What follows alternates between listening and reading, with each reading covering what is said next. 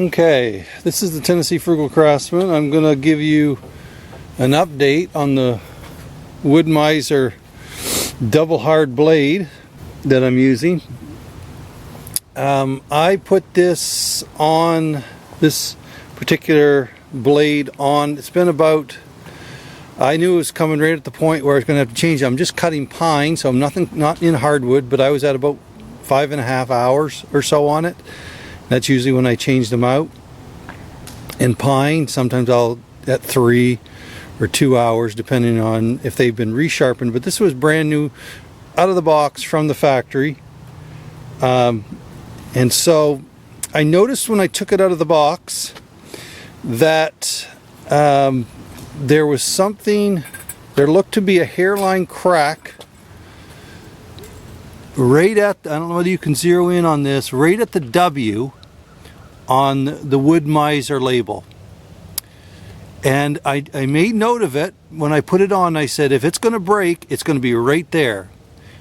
But I just thought, well, maybe it was just a scratch or something that, you know, when they packed it or something, a tooth caught it or something. But I noticed that there was what appeared to be a crack in it. And just now, as I was cutting, I felt the familiar shaking on my saw, and I knew that something was going on. And sure enough, there's the crack all the way through, almost halfway through the blade, right at the W, right where I had spotted it before I put it on. And so I don't know whether, you know, it seems like I have wonderful luck with these types of blades.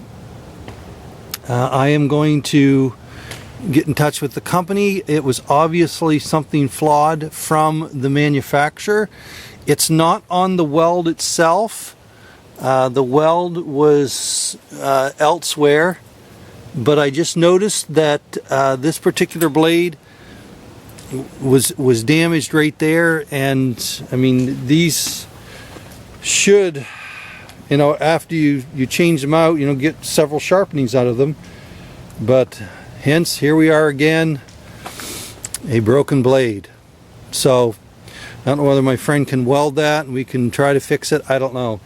But that is blade number 1 out of a batch of 15. So I'm going to try another one.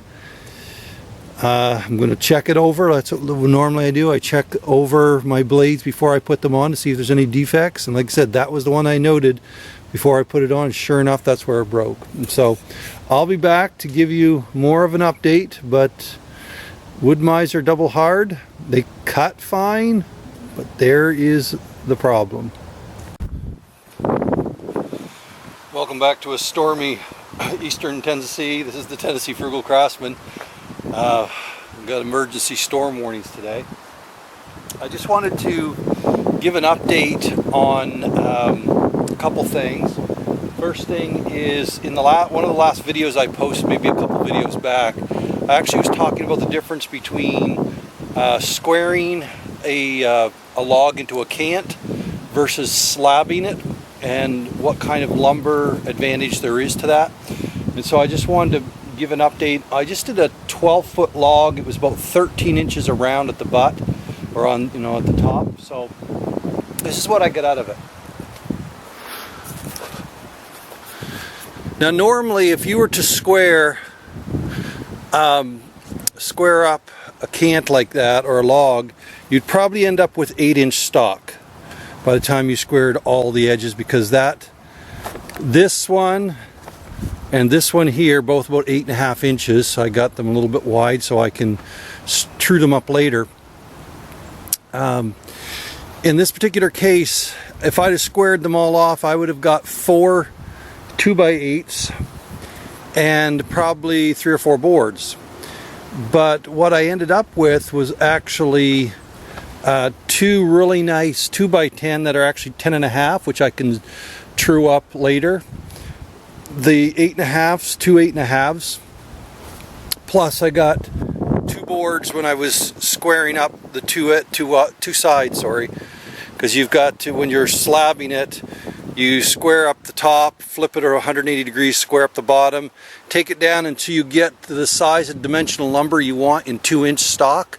So I took down to the board, took boards down to till I got about 8 inches, 8.5, and so that was the slab plus one board on the top and the bottom, and then from there I've got those four those four right there out of it. So there is an advantage to that, especially if you're trying to get bigger dimensional lumber. Now obviously if you're doing boards, that doesn't really make any difference, but if you're doing dimensional lumber and you want the bigger stuff, that's how you get the most out of it. If not, you're just squaring up and either throwing it out in offcuts or getting a couple boards out of it, extra boards. So just wanted to give that update.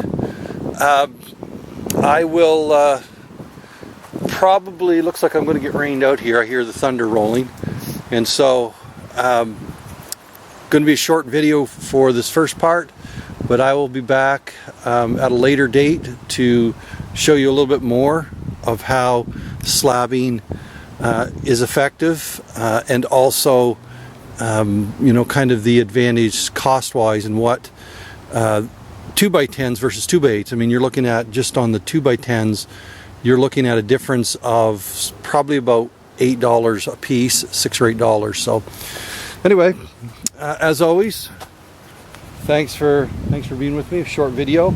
I'll pick this up at a later date. If not, you have a great day.